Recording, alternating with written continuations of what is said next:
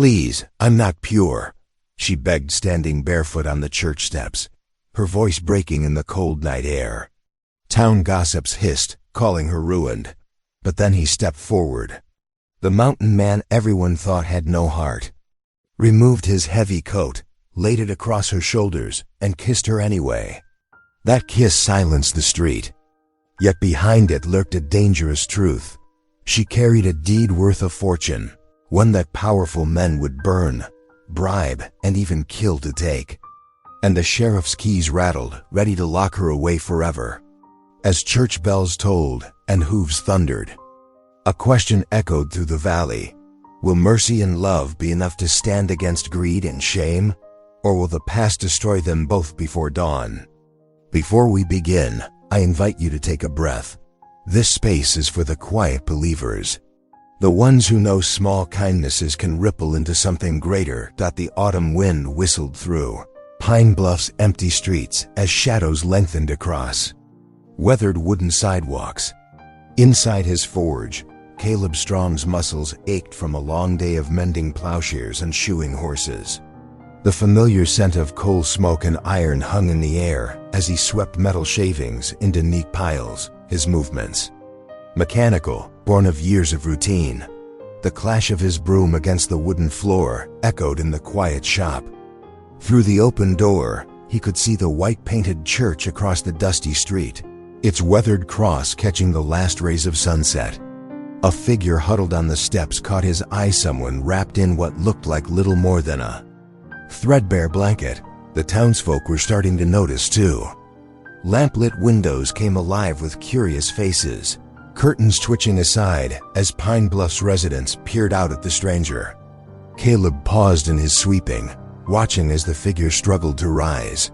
"Please," the voice was barely a whisper, carried on the evening breeze. "I'm not pure." The words struck Caleb like a physical blow. The woman, for he could see, now it was a young woman, swayed on her feet as she reached for the church's doorpost to steady herself. Her dark hair fell in tangles around a face marked by exhaustion and fear. Whispers began to ripple through the gathering dusk. "Railroad harlot," someone hissed from behind a partially closed shutter. "Ruined girl," came another voice, thick with judgment.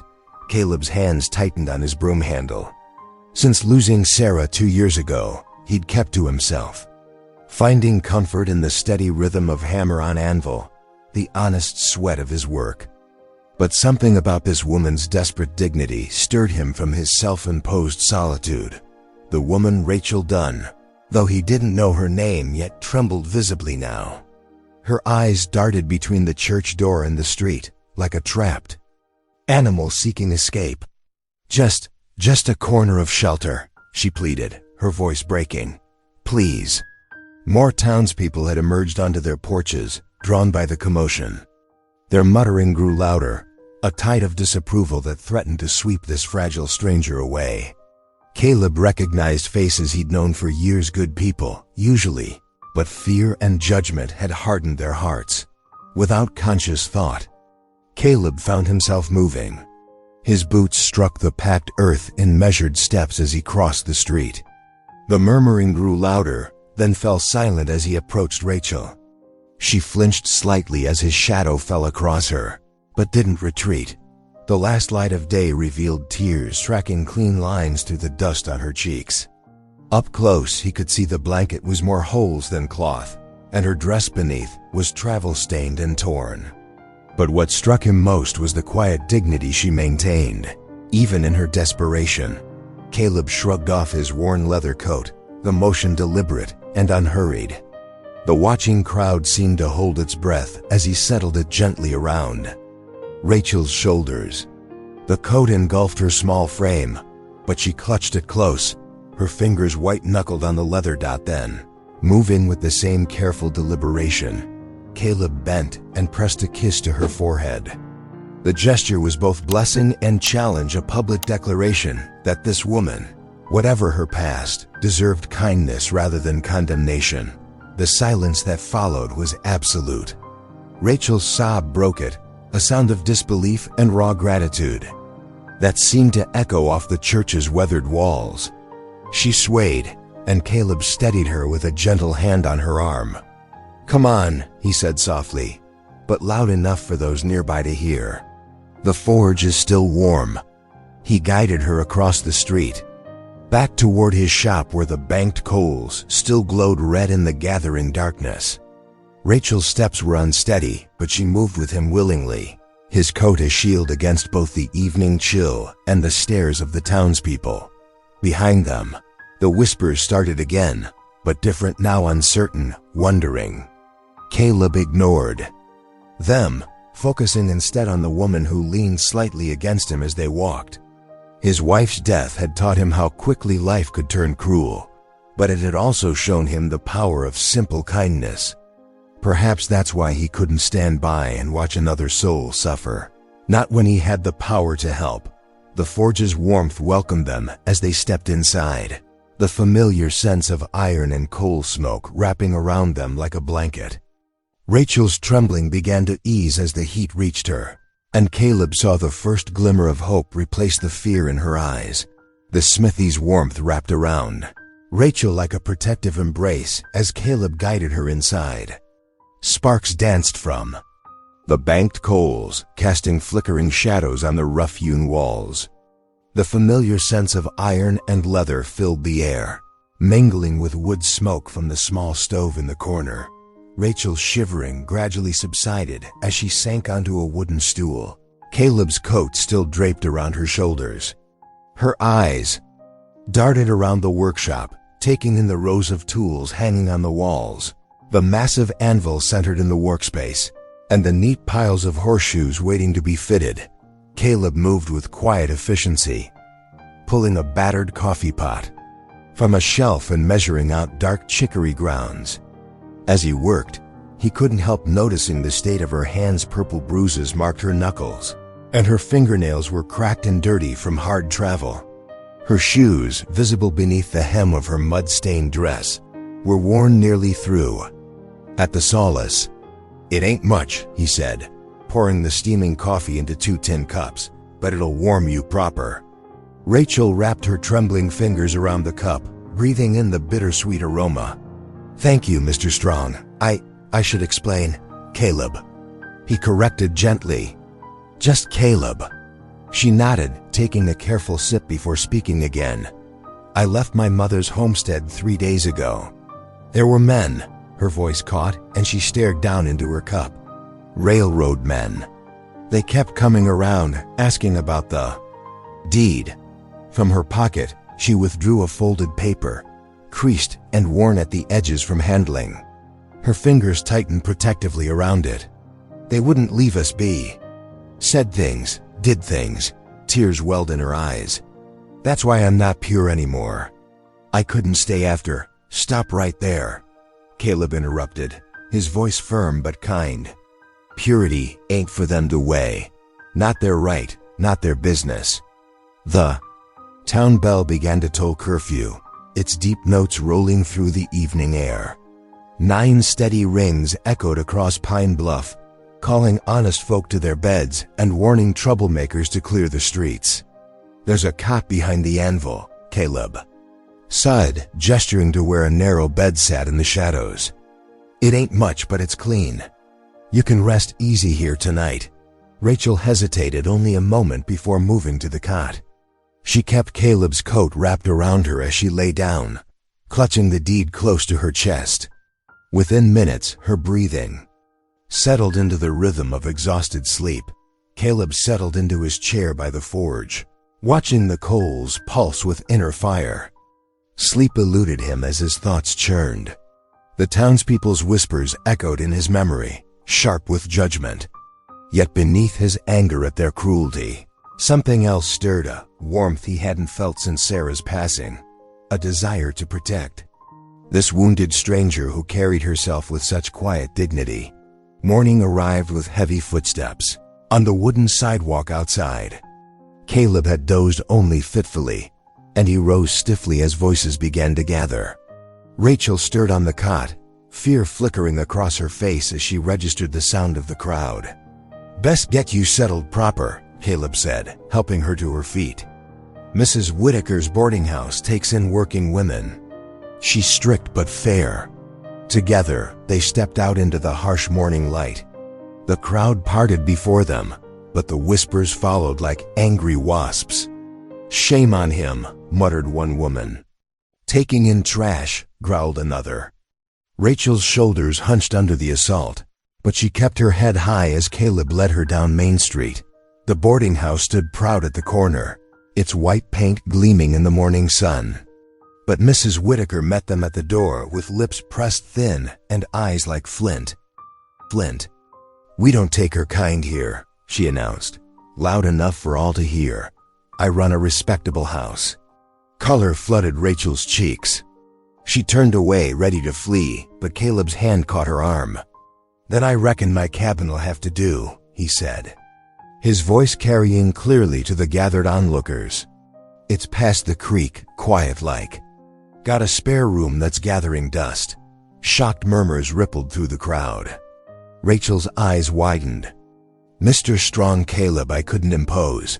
Ain't imposing if you're invited." He turned toward the livery. "Wait here. I'll bring the wagon around."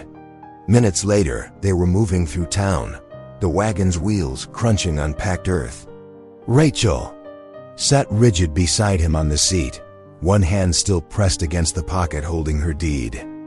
Her face showed the fear of what this paper might cost her, had already cost her, but also a flicker of hope. As Pine Bluff's judgmental gazes fell behind them, the wagon wheels groaned against the rutted dirt trail as Caleb guided his horse. Away from Pine Bluff, the morning sun climbed higher, warming their backs as they traveled the familiar path. Rachel sat quietly beside him, her hands folded in her lap, watching the landscape change from town buildings to open countryside. After a mile's journey, Caleb's cabin came into view, nestled among tall pines near a clear-running stream. The modest homestead consisted of the main cabin, built of solid logs chinked with mud and straw, and a separate forge shed where he did overflow work from his town smithy. A thin curl of smoke rose from the cabin's stone chimney he'd banked. The morning fire before heading to town. Rachel's eyes widened as they drew closer. "It's lovely," she whispered, taking in the peaceful setting. A family of quail scattered from the path as the wagon approached, disappearing into the undergrowth with soft whistles. Caleb helped her down from the wagon, steadying her when her worn boots slipped in the mud. Inside, the cabin was simple but tidy. One room with a stone hearth, a rough-hewn table with 2 chairs, and a narrow bed in the corner. A shelf held a few books, and Rachel noticed a Bible resting there, its leather cover unmarked by recent handling. "Been a while since anyone but me lived here," Caleb said, moving to stoke the banked fire. "Not much, but it's dry and warm." "It's more than I deserve," Rachel replied softly, still standing near the door as if afraid to disturb anything. Caleb straightened, brushing ash from his hands. "There's water needs fetching," he said. "Buckets by the door. Stream's clear and sweet, best water in the territory. And there's bread wants cutting for lunch." Rachel nodded eagerly, grateful for direction. She found the wooden bucket and headed to the stream while Caleb moved to his forge shed to work on mending leather tack that needed attention. The familiar rhythm of simple tasks filled the morning hours. When supper time approached, Rachel hesitated. By the hearth where a pot hung ready. Would you mind if I cooked? My mother taught me her venison stew recipe." Caleb looked up from his work, surprised. "Reckon that'd be welcome," he said. He couldn't remember the last time someone had offered to cook for him. Rachel moved with quiet efficiency, gathering ingredients from the cabin's modest stores. Soon, rich aromas filled the small space, venison, herbs, and vegetables melding together in a way that made Caleb's stomach rumble appreciatively. The familiar domestic sounds of cooking, the scrape of a spoon against the pot, the soft humming as Rachel worked stirred memories he'd thought long buried. They ate in companionable silence, broken only by the occasional pop from the fire. Caleb found himself taking second helpings, something he rarely did when eating alone.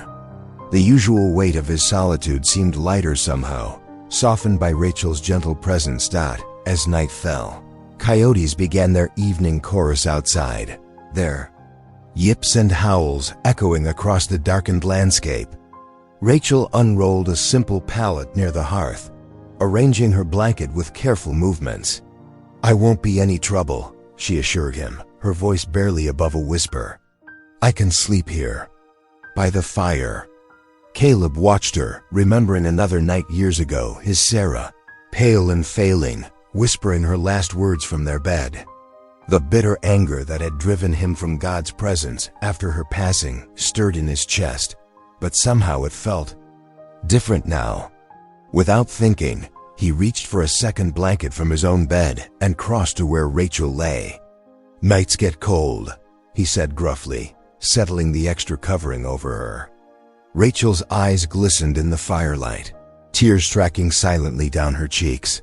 Standing in the shadows, Caleb found himself forming words he hadn't spoken since Sarah died. "Lord," he whispered, so quiet even Rachel couldn't hear, "watch over this house tonight." The prayer felt strange on his lips, like a tool long unused, but something in his heart eased at the speaking of it. He moved to his own bed as Rachel's breathing gradually steadied into sleep.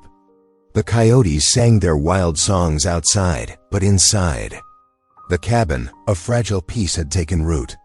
Two souls, each carrying their own wounds, had found a moment of quiet grace in the simple sharing of hearth and home. Dawn painted the eastern sky in soft pink and gold, as Caleb led his two horses from the stable toward the forge shed. The animals' hooves crunched on frost-covered grass, their breath forming white clouds in the crisp morning air. He paused, watching Rachel at the creek bank where she knelt washing clothes, her movements steady and purposeful. The peaceful scene shattered at the sound of approaching hoofbeats. 5 riders appeared on the trail from town, their horses' flanks still steaming from the hard ride. At their head rode Mr. Hanlon, his black coat and polished boots marking him apart from the dust-covered men who followed. Caleb recognized the wealthy rancher, known for his railroad connections and ruthless business dealings. Rachel stood quickly, wringing water from a shirt and clutching her apron. Hanlon's mount pranced sideways, bringing him closer to where she stood, his lips curved in a cruel smile as he looked down at her. "Well now," Hanlon drawled, adjusting his leather gloves. "If it isn't our mysterious visitor. I hear tell you're carrying something of interest." His eyes glittered with cold calculation. "Bet deed you have belongs in capable hands, girl. Hands that understand business and progress." Rachel's fingers twisted in her apron, beneath which Caleb knew she kept the folded paper. She took a step backward, closer to the creek's rushing waters. "The deed is mine," she said, her voice barely steady. "It belonged to my mother." Caleb moved forward, positioning himself between Rachel and the mounted men. His hammer hung at his belt, a familiar weight against his thigh. "You're not welcome here, Hanlon," he said firmly. "Best ride on back to town." Hanlon's smile didn't waver, but his eyes hardened. "Strong, you're harboring trouble. That girl's got stolen papers, or so I hear. Sheriff Dodd might need to investigate." He adjusted his hat, speaking loud enough for his men to hear. "Shame if legal complications were to interfere with your business. Fire's dangerous in a forge shed, they say." The threat hung in the air like gunsmoke. Caleb's hands clenched, but he held his ground, aware of Rachel trembling behind him. "Get off my land," he growled. Hanlon shrugged, turning his horse. "Think on it, Strong. Progress comes whether we want it or not." He signaled his men, and they wheeled their mounts, hooves thundering as they galloped back toward town. When the dust settled, Rachel sank down on a fallen log, her face pale. Caleb joined her, noting how her hands shook as she pulled the deed from beneath her apron. "I should have told you everything," she whispered. "My mother, she was half Comanche. Her mother came from the people. She smoothed the creased paper with trembling fingers. "This deed secures water rights in our family's valley." Mother made sure everything was legal, proper-like. "But men like Hanlon," her voice broke, "they don't care about paper when it's held by someone like me." Caleb studied her face, seeing now the subtle traces of her heritage in her high cheekbones and dark eyes. He thought of his forge, his modest home, all he'd built since Sarah's death. Standing against Hanlon could cost him everything. The sun climbed higher as they went about their day, each lost in troubled thoughts. Rachel hung the wet clothes, the wind snapping them like flags. Caleb worked his forge, but his usual precision suffered. As sundown approached, his frustration boiled over. He attacked a piece of iron with fierce strikes, sparks flying in golden arcs through the darkening air. Each blow echoed his fears for his land, for Rachel, for the choice that lay before him. Outside the forge shed, Rachel knelt in the long grass, her head bowed in prayer. The creek rushed steadily nearby, its waters catching the last rays of sunset. That water meant life, for crops, for cattle, for the future of the valley. Hanlon knew it, Rachel knew it. And now Caleb knew that somewhere between that flowing water and Rachel's quiet prayers, he would have to find the courage to choose his path. The hammer's rhythm faltered as Caleb watched her through the forge's doorway. Her lips moved silently, and he wondered if God heard such prayers. Prayers from those the world called impure. Prayers from those who had lost their way, like himself. The creek's constant voice seemed to whisper of both promise and peril, of choices that could nurture life or destroy it. 2 days after Hanlon's threatening visit, morning sunlight glinted off fresh fallen dew as Caleb hitched his horses to the Cthulhu wagon. Rachel emerged from the cabin wearing her freshly washed dress, her dark hair neatly braided. The road into Pine Bluff stretched before them, dusty and rutted from recent wagon traffic. "You sure about this?" Caleb asked, offering his hand to help her onto the wooden seat. Rachel nodded, though her fingers twisted nervously in her skirts. "We need supplies. I can't hide forever." The wagon wheels creaked as they made their way into town. As they rolled down Main Street, curtains twitched in windows and townsfolk paused their morning tasks. Whispers followed them like autumn leaves skittering along the wooden sidewalks. "That's her, the one Strong took in. Heard she's carrying stolen papers. Did you see how he defended her at the church?" Rachel kept her eyes fixed ahead, her spine straight despite the murmurs. Caleb guided the horses to a stop outside Jensen's Mercantile, its fresh-painted signs swinging gently in the morning breeze. Inside the store, the floorboards creaked beneath their feet. Mr. Jensen watched them from behind his counter, his expression guarded. Rachel gathered their needed items, coffee, sugar, flour, and salt, placing each carefully in her basket. When it came time to pay, Rachel reached into her pocket and withdrew a small cloth purse. "I have money," she said softly, counting out silver coins onto the scarred wooden counter. "Saved from selling eggs at my mother's farm." Mr. Jensen hesitated, his weathered hand hovering over the coins. Rachel's quiet dignity seemed to touch something in the old shopkeeper. His stern expression softened as he carefully counted the money. "That'll do fine, miss," he said, nodding. "Need help carrying these out?" A movement across the street caught Rachel's eye as they exited the store. A small boy stood alone on the boardwalk, his clothes clean but worn. His solemn eyes followed their movements. "That's Eli," Caleb said quietly. "My sister's boy. He's been staying with Widow Parker since the accident." Rachel's heart ached at the stillness in the child's face. Setting down her packages, she crossed the street and knelt before him. From her pocket, she drew out a striped peppermint stick she'd just purchased. "Hello, Eli," she said gently. "Would you like this?" The boy's eyes widened at the candy, but his lips remained pressed together. Rachel noticed his hands were work-roughened, despite his young age, likely from helping with chores. She held out the peppermint, waiting patiently until his small fingers reached for it. A ghost of a smile touched Eli's face as he clutched the candy, though no words came. His eyes held a spark of life that hadn't been there moments before. "You're welcome," Rachel said warmly, standing up. She felt Caleb watching from across the street, something unreadable in his expression. The sun had set by the time they returned to the cabin, their supplies stored away. Rachel stirred a pot of beans over the fire while Caleb lit the oil lamp, its gentle glow filling the small room. They had in comfortable silence, the crickets singing outside. Rachel paused between bites, gazing out the window where stars dusted the dark sky like scattered sugar. "I haven't felt this safe in months," she murmured, almost to herself. "Since before the railroad men started coming around our farm." Caleb set down his spoon, studying her face in the lamplight.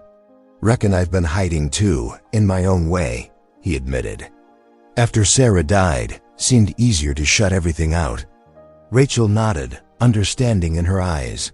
The silence between them felt different now, not heavy with unspoken words, but gentle like a shared prayer. Outside, an owl called softly, and the creek whispered its endless song. They finished their meal without need for more words, each lost in quiet reflection. The lamp's flame cast dancing shadows on the log walls, and the beans in their tin bowls slowly cooled. It was a simple moment, yet somehow holy, two wounded souls finding unexpected peace in each other's company. Sunday morning dawned clear and bright over Pine Bluff. Inside his cabin, Caleb stood before the clouded mirror, fingers trembling slightly, as he worked boot polish into the cracked leather of his Sunday shoes. He hadn't polished them since Sarah's funeral 3 years ago. The familiar scent of the polish brought back memories of church mornings past, Sarah adjusting his collar, smoothing his wild hair with a loving touch. A soft knock at the door pulled him from his reverie.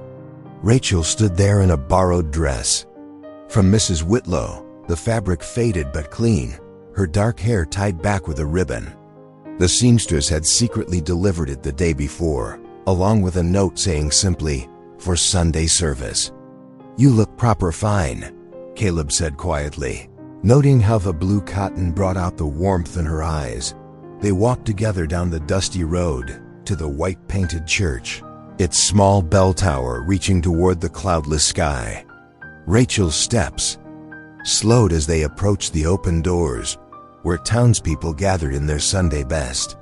"Maybe I shouldn't," she whispered, but Caleb's steady hand at her elbow guided her forward. Whispers rippled through the crowd as they entered. Ladies adjusted their bonnets to steal glances, and men shuffled their feet, uncertain how to react to the pair. But Pastor Grady stepped down from the pulpit, his weathered face creasing into a genuine smile. "Welcome, Miss Dunn," he said warmly, extending his hand. "We're blessed to have you join us today." Rachel's eyes glistened as she took his offered hand.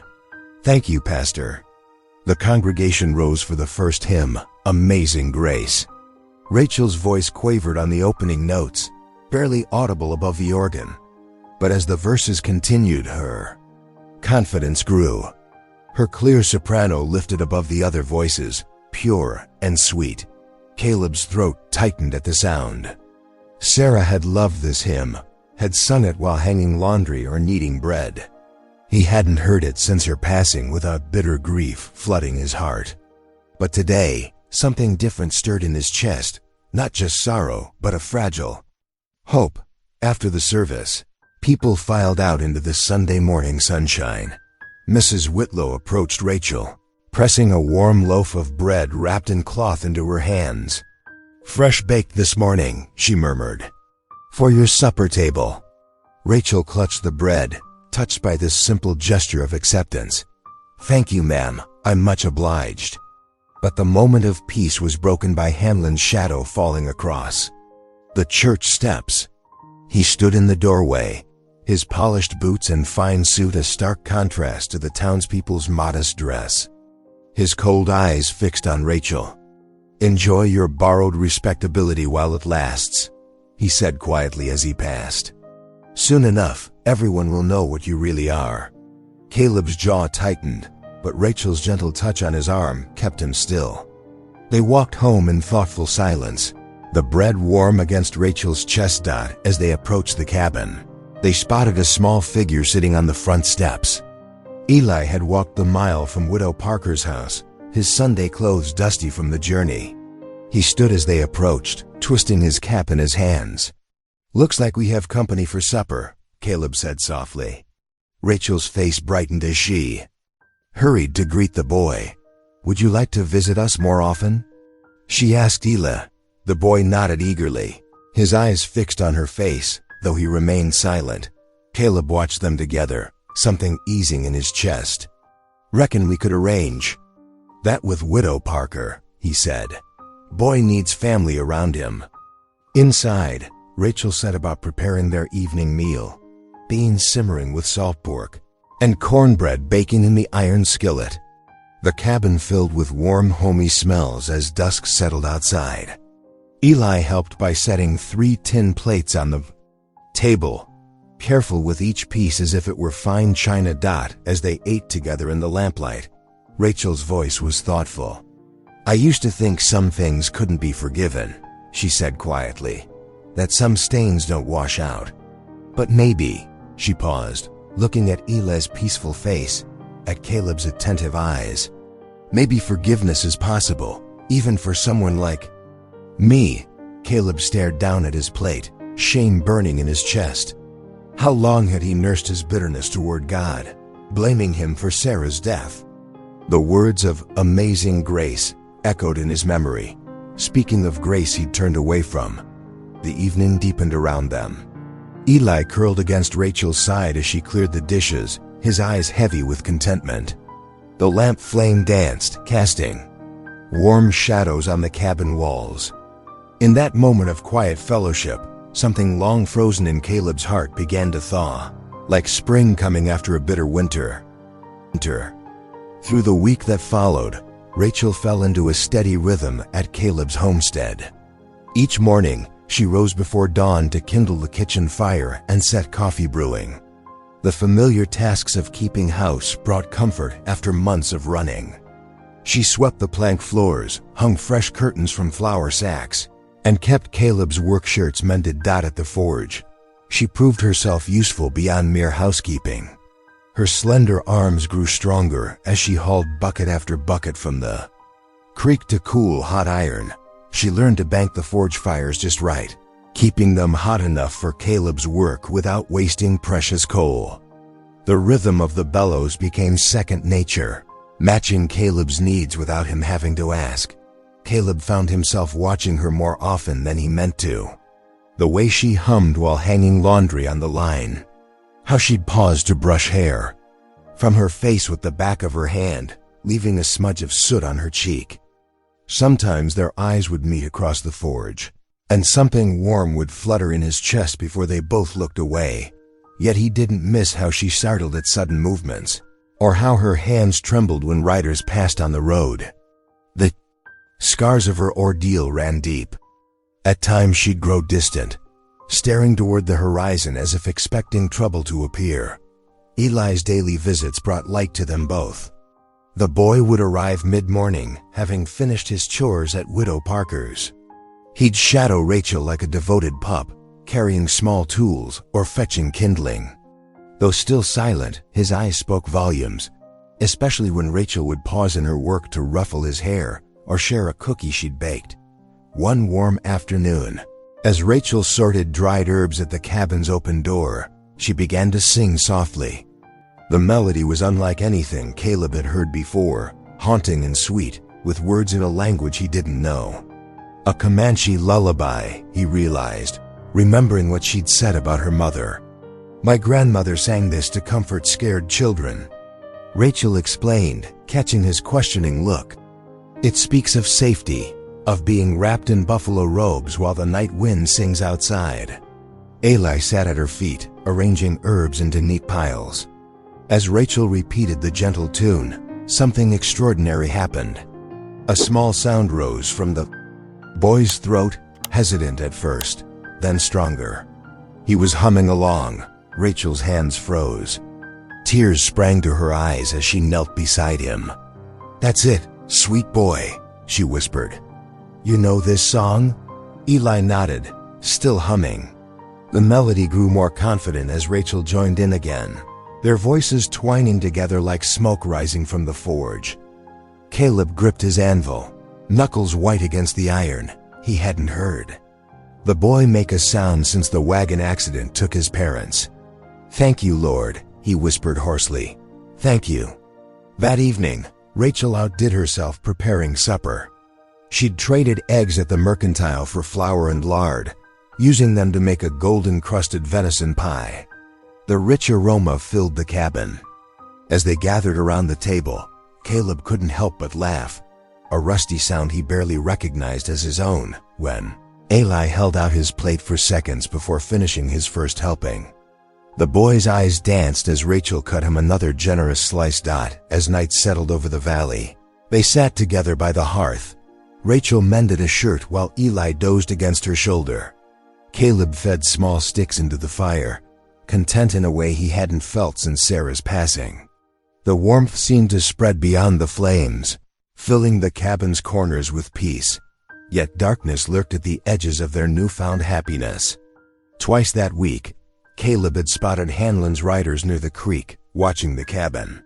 Their presence sent Rachel hurrying inside, one hand pressed to the pocket where she kept her mother's deed.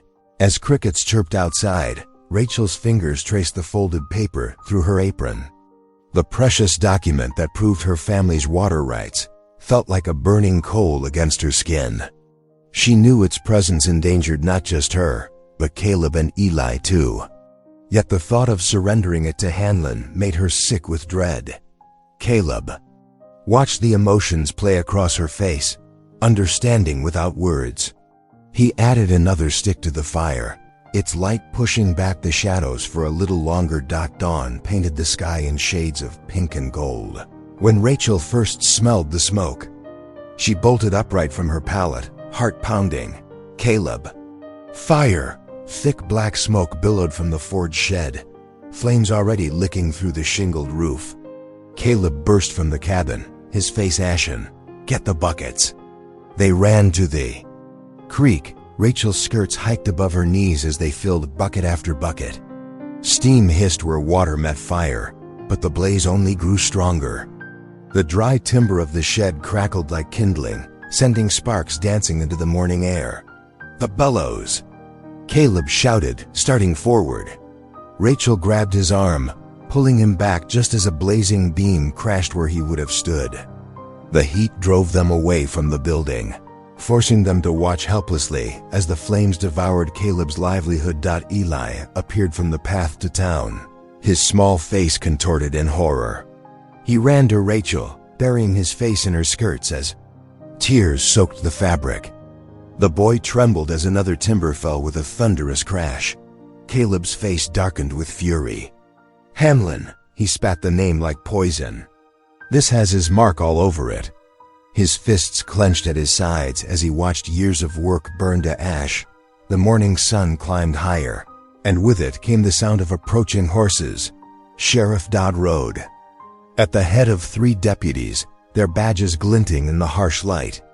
Behind them, Hanlon sat astride his gleaming bay stallion, a satisfied smile playing at his lips. "Rachel Dunn," the sheriff called out, dismounting. "You're under arrest for theft of legal documents and moral indecency." "That's a lie." Caleb stepped forward, but froze when the deputies' hands moved to their guns. Rachel stood straight despite her trembling. "I have done nothing wrong. Deed is mine by right. A half-breed vagrant, living unmarried with a man?" Hanlon's voice dripped with false concern. "Stealing valuable papers? The law sees things differently." The sheriff grabbed Rachel's arm roughly. She didn't resist as iron cuffs clicked around her wrists, but her eyes found Caleb's, silently pleading. Eli wailed, trying to run to her, but Caleb held him back. "You can't do this," Caleb growled, his voice thick with helpless rage. "Already done," Sheriff Dodd replied, hauling Rachel toward his horse. She'll cool her heels in jail while we sort this out. They forced Rachel onto a horse, leading her away as Hanlon watched with obvious satisfaction.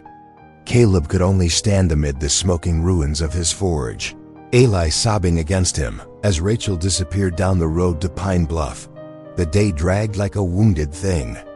Caleb salvaged what he could from the forge's remains, a few tools.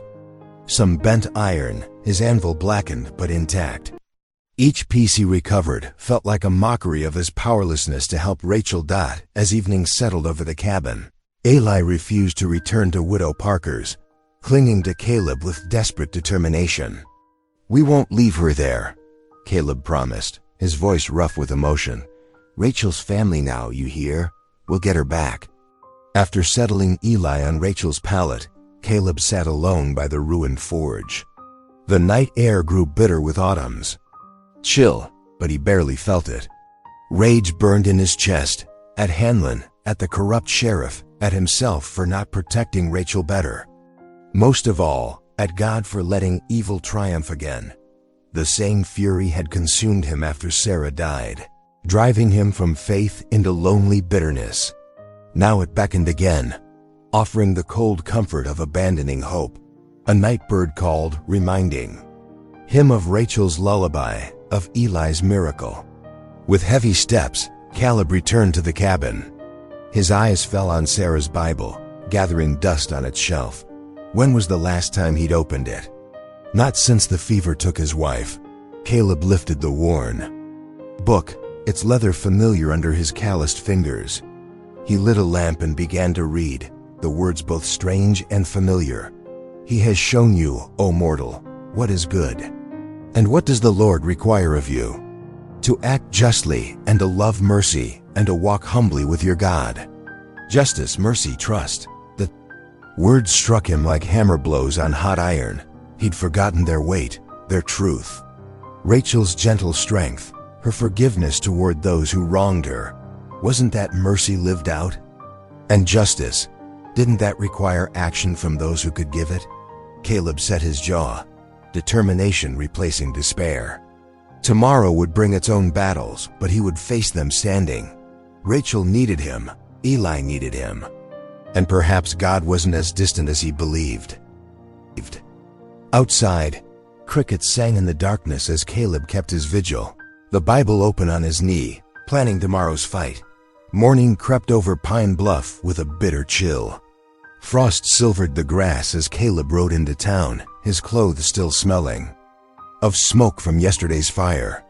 His jaw ached from a sleepless night of grinding teeth, but determination drove him forward.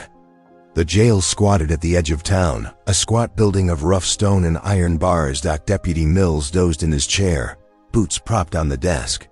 He startled awake at Caleb's heavy steps. "Can't see prisoners without the sheriff say so," he drawled. "Then fetch him." Caleb's quiet tone carried steel beneath it. The deputy measured him for a moment, then shuffled out. Rachel sat on a thin cot in the cell's corner, her borrowed dress wrinkled but her spine straight. When she saw Caleb, tears welled in her eyes. "You shouldn't have come. They'll only cause you more trouble. Ain't leaving you here alone." Caleb gripped the iron bars, his knuckles white. "How are they treating you?" "Well enough." Rachel's fingers twisted in her lap. "But Caleb, there's something you should know. Something I've been too ashamed to tell." She drew a shuddering breath. "Those railroad men who came for the deed, they didn't just threaten me." Her voice dropped to a whisper. "They forced themselves on me. That's why I ran. Why I call myself impure." Caleb's chest tightened like a vice. Rachel continued, words spilling out like water through a broken dam. "I thought no decent man could ever see me as worthy after that. Thought God himself must have turned his face away, Rachel." Caleb's voice cracked.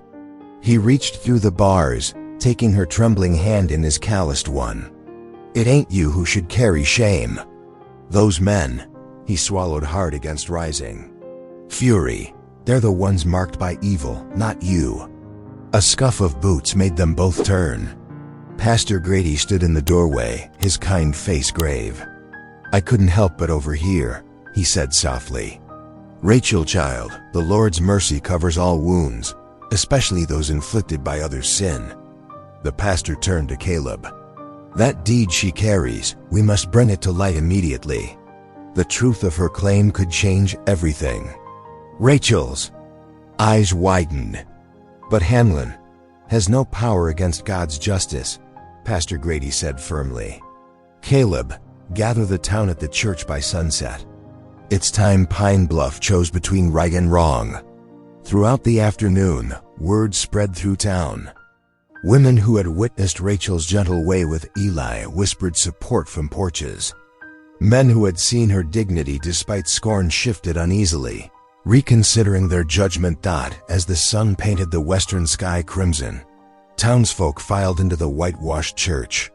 Lamplight gleamed on worn pews and familiar faces. Hanlon sat near the back, flanked by his men, their guns conspicuous at their hips. Caleb stood before the congregation, unfolding Rachel's deed with careful hands. His voice, though unused to public speaking, carried clear and strong as he read the legal text. The document detailed water rights granted to Rachel's family, her mother's name and her Comanche grandmother's mark, both witnessed proper and true.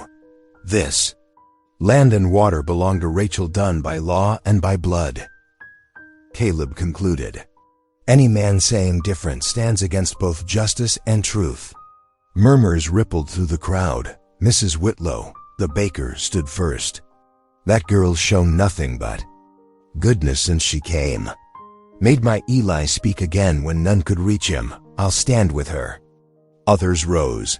The seamstress who'd lent Rachel clothes, the shopkeeper who'd seen her honest payments, neighbors who'd watched her quiet strength.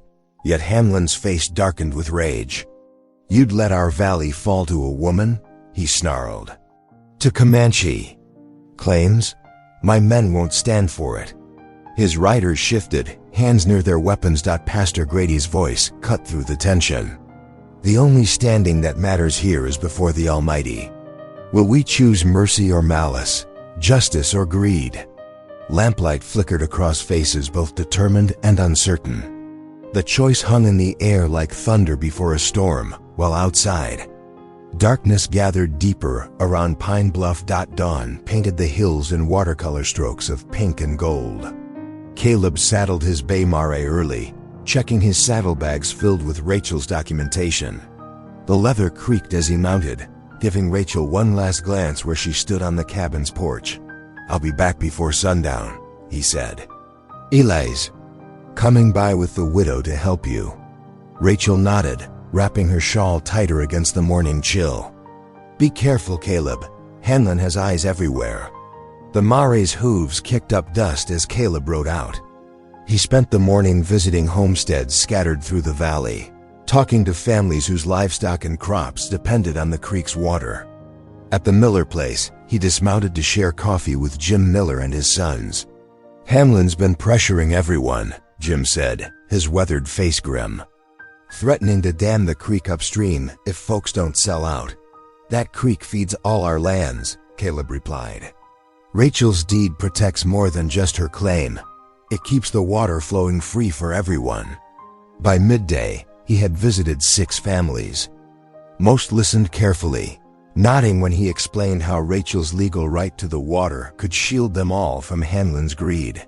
Meanwhile, back at the cabin, Rachel worked alongside the town women who had come to help prep her for the evening gathering. The kitchen filled with the yeasty smell of rising bread as she taught young Sarah Miller how to knead dough properly. "My ma says you sing real pretty," Sarah said shyly. "Could you teach me that song that made Eli talk again?" Before Rachel could answer, Eli himself burst through the door, running straight to wrap his arms around her waist. The widow who cared for him followed more slowly, smiling at the boy's attachment. "He insisted on coming early to help," the widow explained. "Wouldn't take no for an answer." Rachel smoothed Eli's hair, her heart warming at his fierce grip. "Well then, young man, you can help us shape these loaves. And maybe we'll sing while..." We work. Throughout the afternoon, more women arrived with dishes and determined expressions. They shared stories of Hanlon's threats, of precious water resources already diverted from smaller farms. Rachel listened, her quiet dignity touching each heart that had once judged her harshly. As sunset approached, Caleb returned to find his cabin transformed. Lanterns glowed in windows, and the smell of fresh bread and stewed beef filled the air. Neighbors gathered in small groups, their voices low but resolute. Children played under the pines while their parents talked strategy. Pastor Grady arrived last, his presence lending weight to the gathering. He blessed the food, and people filled their plates, discussing ways to stand against Hanlon's pressure. "The law is on our side," Jim Miller declared, "if we all stick together." "My boys won't let his riders near our spring," Mrs. Henderson added. Firmly, Rachel moved among them, serving and listening. Her simple grace spoke louder than words, showing the truth of her character to all who had eyes to see. Eli stayed close, holding her skirt like it was an anchor in a storm. As the meeting wound down, Rachel found Caleb by the hearth. The firelight cast dancing shadows on the cabin walls as she drew the deed from her apron pocket. "You should keep this safe," she said softly, holding it out. "You guard it better than I." Caleb looked at the paper, then back at her face. "No," he said, closing her fingers gently around it. "It's yours by right, and I'll stand by it." Tears sparked in Rachel's eyes, catching the firelight like stars. She ducked her head, but not before Caleb saw the smile that trembled on her lips. The last neighbors were saying their goodbyes. When they heard it, the thunder of hooves in the darkness. Hanlon's men circled the cabin like wolves, unseen but felt by all. Parents gathered children close, and men moved instinctively toward windows and doors. "Stay calm," Pastor Grady counseled. "We knew they'd try to frighten us, but we're stronger together than apart." Rachel held Eli tight as he shivered against her. The boy's fingers clutched her dress, his face buried in its folds. She hummed softly, the same lullaby that had broken his silence. Feeling his trembling slowly ease, Caleb stood at the window, watching the darkness. The rider's presence was a clear threat, but the sight of his neighbors standing firm, protecting Rachel and what was right, filled him with fierce pride. Whatever came next, they would face it as a community, bound by something stronger than fear. Dawn mist clung to Pine Bluff streets as Caleb, Rachel, and Pastor Grady climbed the courthouse steps. The sheriff's office smelled of stale tobacco and dust. Morning light filtered through grimy windows, catching the tarnished star on Sheriff Dodd's vest as he lounged behind his desk. "Well, what brings such fine company?" The sheriff's mock politeness didn't mask his sneer. Pastor Grady stepped forward, his bearing dignified despite the shabby surroundings. "We're here to formally present and register Miss Dunn's deed to the Valley water rights." He placed the document carefully on the sheriff's desk. Sheriff Dodd barely glanced at the papers. Mighty peculiar timing, wouldn't you say? Strange how these documents just appear when Mr. Hanlon's got plans for that water. He leaned back, boots scraping across worn floorboards. "Course, there's ways to make sure everything's proper and valid like. Ain't cheap though, validating old papers." Caleb's jaw tightened. "The deed's legitimate. You know that well as anyone." "Do I now?" The sheriff stood, circling his desk like a predator. "Seems to me a woman of questionable character might have come by these papers through less than honest means." His eyes fixed on Rachel with cruel amusement. "Territorial court takes a dim view of fraud, especially from her kind." "That's enough," Caleb growled, stepping forward. The sheriff's hand shot out, shoving Caleb hard against the wall. "You're awful protective of this prairie trash strong. Makes a man wonder why." Pastor Grady's voice cut through the tension. "Sheriff Dodd, you're speaking to a respected member of our community. I suggest you remember your position." "My position?" The sheriff laughed harshly. "My position is keeping order. And I reckon sending this fraud case to territorial court will do just that. Let them sort out what to do with her." Rachel stood straighter, though her hands trembled. "The deed is true." "My mother, your mother?" the sheriff spat. "That half-breed who, that's enough." Caleb lunged forward, but Pastor Grady caught his arm. "Violence won't serve justice," the pastor said firmly. He gathered the deed from the desk. "We'll pursue other channels, Sheriff. Good day." They left the office, Rachel's face burning with shame and anger. The morning sun had burned away the mist, but a deeper chill had settled in their hearts. As evening approached, a crowd gathered in the town square. Hanlon stood on the mercantile steps, his voice carrying across the anxious faces. "Good people of Pine Bluff," he called out, "are we going to let our future be stolen by a woman of questionable virtue? By someone who claims rights through Indian blood?" His men, scattered through the crowd, nodded and muttered agreement. "That valley's water belongs to progress," Hanlon continued, "to men who know how to use it proper. I promise you this, that woman will never own land in this territory. Never." Fear rippled through the townsfolk. Some turned away, ashamed to meet their neighbors' eyes. Others nodded, swayed by Hanlon's words and power. Back at the cabin, Rachel paced by the window, watching shadows lengthen across the yard. "I've brought nothing but trouble," she whispered. "You and Eli, you'll lose everything because of me." Caleb rose from his chair by the fire. "Rachel." He crossed to her, taking her trembling hands in his calloused ones. "After Sarah, my wife, died, I turned bitter. Blamed God, shut myself away from His mercy and everyone else's." Rachel's eyes lifted to his face, seeing the pain etched there. "But He sent you here," Caleb continued softly, "to this cabin, to Eli, to me." His voice roughened with emotion. "Made me see there's still grace in this world, still reason to trust." Tears spilled down Rachel's cheeks as the weight of his words sank in.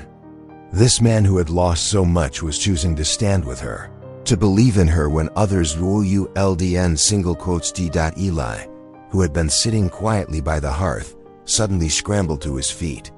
He rushed to Rachel, fingers catching her sleeve in a desperate grip. His face turned up to hers, eyes bright with tears and determination. "Stay," he whispered. The single word, the first he'd spoken since his parents' death, hung in the air like a prayer. Rachel sank to her knees, gathering the boy close as tears streamed freely now.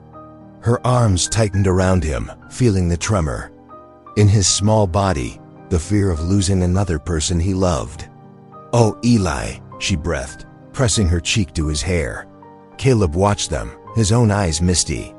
This was family, not by blood, but by choice and love and God's mercy. Something he'd thought lost forever until Rachel arrived at his door. For Rachel, holding Eli, feeling Caleb's steady presence beside them, it was like coming home after years of wandering. Despite the danger pressing in from all sides, in this moment she felt the first real sense of belonging she'd known since leaving her mother's farm. The morning sun beat down on Pine Bluff's dusty Main Street. Caleb strode purposefully toward the mercantile, his boots raising small clouds with each step. Rachel and Eli followed close behind, while Pastor Grady watched from the church steps, Bible in hand. Hanlon emerged from the telegraph office, his polished boots gleaming. He spotted Caleb and sneered, touching the pistol at his hip. "Come to surrender that deed, Strong." "No," Caleb's voice carried across the street. "Come to settle this proper, in front of witnesses." Townsfolk began gathering, drawn by the confrontation. Women peered from shop windows while men stepped out onto the boardwalk, keeping a cautious distance. "Ain't nothing to settle," Hamlin drawled. "That water's meant for progress, for men who'll use it right." His riders materialized from the saloon, rifles glinting in the morning light. Caleb stood his ground. "Rachel's deed is legal. Her mother's family worked that land long before you came sniffing around it. That half-breed's claim?" Hamlin spat. No court'll honor that. They will. Eli's clear voice rang out, startling the crowd. The boys stepped forward, gripping Rachel's skirt. She belongs here. Whispers rippled through the gathering. Mrs. Whitlow from the boarding house pressed forward. The boy speaks true. First words. Since his parents passed, and they're for her. Caleb's voice strengthened. This ain't about water rights anymore, Hanlon. It's about dignity, about justice. He surveyed the crowd. About what kind of town we mean to be. Pretty words, Hanlon sneered. Won't stop bullets. His men stepped forward, metal clicking as they readied their weapons. Tension crackled across Main Street. Rachel's fingers dug into Caleb's arm, but she held her head high. Then something remarkable happened. Old Jim Tucker, who farmed downstream, stepped up beside Caleb. Been using that creek water 30 years, he said quietly. Never had trouble. Till you came, Hanlon. Sarah Miller, the seamstress, joined them. Rachel's mended for half the town now, does honest work. One by one, townspeople moved to stand behind Caleb and Rachel. The mercantile keeper, Thomas Green, limped forward on his wooden leg. My store serves everybody fair, he declared, including Miss Rachel. Soon a solid line of sit-ins stood facing Hanlon and his men. Farmers with weathered faces, women in aprons. The cooper's apprentice. Even the telegraph operator slipped. Out to join them. Hanlon's confidence wavered as he counted the faces against him. His men shifted uneasily, lowering their rifles. Sheriff Dodd burst from his office, mopping his brow. Now see here. No, you see here, Caleb cut in. These people know right from wrong. Maybe it's time you remembered your duty. The sheriff looked around at the gathered townspeople, seeing resolve in their faces. His shoulders slumped. I reckon, he fumbled with his badge. I reckon I'm resigning. Effective immediate. Pastor Grady stepped into the street, raising his Bible. Let there be peace, he called out. Let justice and mercy prevail. Hanlon's face twisted with rage. You'll regret this, he snarled. All of you. He backed toward his horse. This ain't over. Yes, it is, Caleb said firmly. Pine Bluff's made its choice. Hanlon swung onto his horse, his men following suit. There's other valleys, he spat. Other towns. With a harsh laugh, he wheeled his mount and galloped away. His riders closed behind. Rachel trembled against Caleb's arm as the dust settled. Tears streaked her cheeks, but her eyes shone with wonder at the sight of so many neighbors standing with them. The crowd began to disperse, but not before many stepped forward to shake Caleb's hand or offer Rachel a kind word. Eli beamed up at them both, proud of his part in turning the tide dot as evening approached. The sound of wagon wheels drew Rachel to the cabin door. Her hand flew to her mouth at the sight. A line of wagons approached, loaded with lumber and tools. Neighbors climbed down, carrying hammers and nails. Thought you might need help rebuilding that forge, Jim Tucker called out. Can't have our blacksmith without his shop. Women spread out quilts, laying out bread and pies. Men began clearing the burned timbers, while boys ran to fetch water from the creek. The setting sun painted the scene in warm gold as the sound of hammering filled the air. Rachel stood on the porch, watching the activity with glistening eyes. Caleb slipped his hand into hers, and she turned to him with a tremulous smile. I never thought, she whispered. Frontier justice, Caleb said softly. Sometimes it comes with mercy. Pastor Grady joined them, nodding in satisfaction at the scene of community rebuilding what hatred had destroyed. Eli darted between the workers, carrying nails and offering water, his silence forgotten in the joy of restoration. As twilight deepened, hope glowed brighter than the lanterns illuminating the work.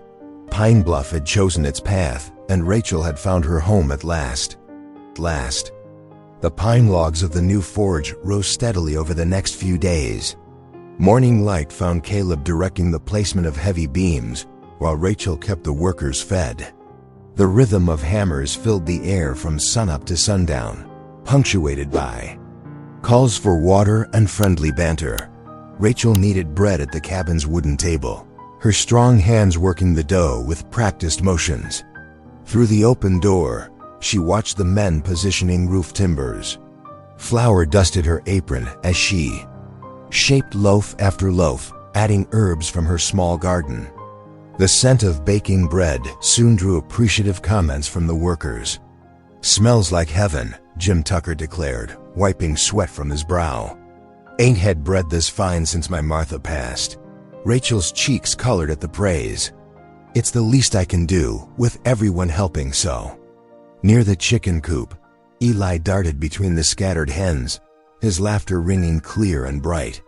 The sound made Rachel pause in her work, joy tightening her throat. The boy who had been silent for so long now chased the clucking birds with childish abandon, his face lit with delight. "Catch that red one," he called to Sarah Miller's youngest, who had joined his game. Their giggles merged with the steady pounding of hammers and the soft clucking of disturbed hens. When evening approached, the workers departed with thanks and waves. Rachel set out a simple supper of beans and fresh bread, but Caleb suggested they eat by the creek. They settled on a fallen log, their plates balanced on their knees. While Eli splashed in the shallows nearby, the creek burbled steadily, its voice soothing after the day's labor. Shadows lengthened across the water as Rachel spoke softly of her hopes for the valley land secured by her deed. "My mother's people know ways of working with the land, not against it," she explained, her eyes distant. "If settlers could learn from them, maybe both sides could thrive." She hesitated. "Do you think me foolish?" Caleb shook his head, his expression earnest in the fading light. "Ain't foolish to dream of peace. I'll stand with you, no matter what folks say, even when they whisper about your choice." Rachel's voice wavered. "Let them whisper." Caleb's tone was firm. "Truth's worth more than gossip." As twilight deepened, fireflies began to dance above the creek, their tiny lights reflecting in the water. Eli tried to catch them in his cupped hands, his laughter floating back to where Caleb and Rachel sat. Caleb watched the boy's joy, something softening in his weathered face. "When Sarah died," he said quietly, "I thought God had turned his back, shut myself away from everything. But now," he gestured to the peaceful scene before them, the creek, the rising forge, the playing child. "Now I feel his mercy returning, through you." Rachel's breath caught. She leaned forward, pressing her forehead against his solid shoulder. "I never thought I would belong anywhere again," she whispered. "After what happened, I felt marked. Ruined. You ain't ruined." Caleb's voice was rough with emotion. "You're the strongest person I know." They sat in companionable silence as stars began to appear above the ridges. The evening air carried the scent of pine and creek water, mixed with lingering smoke from the forge's work fire. Eli finally tired of chasing fireflies and came to curl against Rachel's side, his eyes heavy with sleep. The three of them watched the stars brighten, comfort settling around them like a familiar quilt. No words were needed. The peace of belonging spoke clearly enough. The creek murmured its endless song, promising life and renewal to the valley that had drawn them together. Rachel absently stroked Eli's hair as he dozed. The boy who had been locked in silence now hummed softly in his sleep, a snippet of the Comanche lullaby she had taught him. The simple sound held more hope than any grand speech could convey. Caleb's hand found hers in the growing darkness, his calloused fingers gentle against her palm. Together they sat, watching the night deepen over their shared home, while fireflies danced like scattered stars and the future stretched bright before them. The old bitterness that had gripped Caleb's heart for so long continued to melt away, replaced by something warmer. He glanced at Rachel's profile in the starlight, marveling at how God's grace could arrive in unexpected forms. The woman others had scorned had brought healing not just to him, but to his wounded nephew and the divided town as well. The rising walls of the new forge stood as testament to that healing, built not by one pair of hands, but by an entire community, choosing to stand together. Tomorrow would bring more work, more challenges to face. But tonight, peace reigned by the creekside, wrapping around the unlikely family like a tender embrace. The autumn evening glowed with lantern, light as Pine Bluff gathered to celebrate the barn-raising feast. Long tables bent under the weight of steaming dishes, fresh-baked pies, roasted meats, and colorful preserves brought by every family in town. The new forge stood proud nearby, its beams solid against the darkening sky. Rachel moved among the crowd in a borrowed calico dress, its blue flowers matching her bright eyes.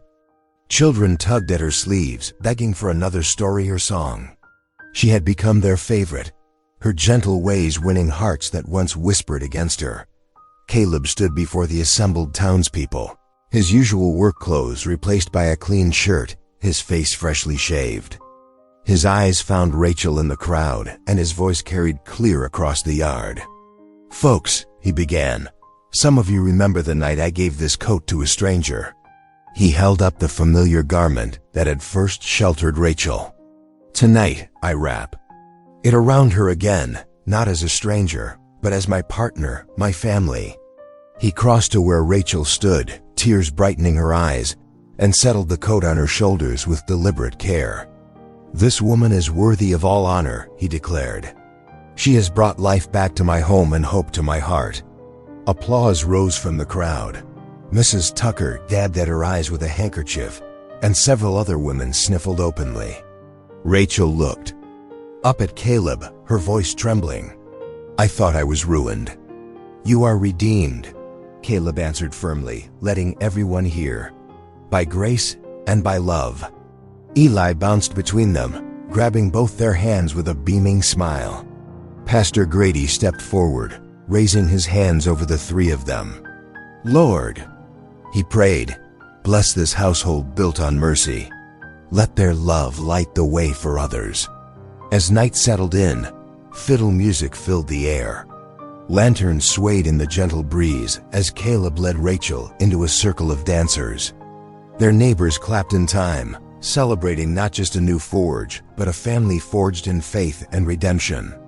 Beyond the festivities, the valley stretched peaceful and promising under the stars. Thank you for being here. If something in this story stayed with you, I'd love to see you again. Subscribe, and tomorrow I'll bring you another story crafted with heart.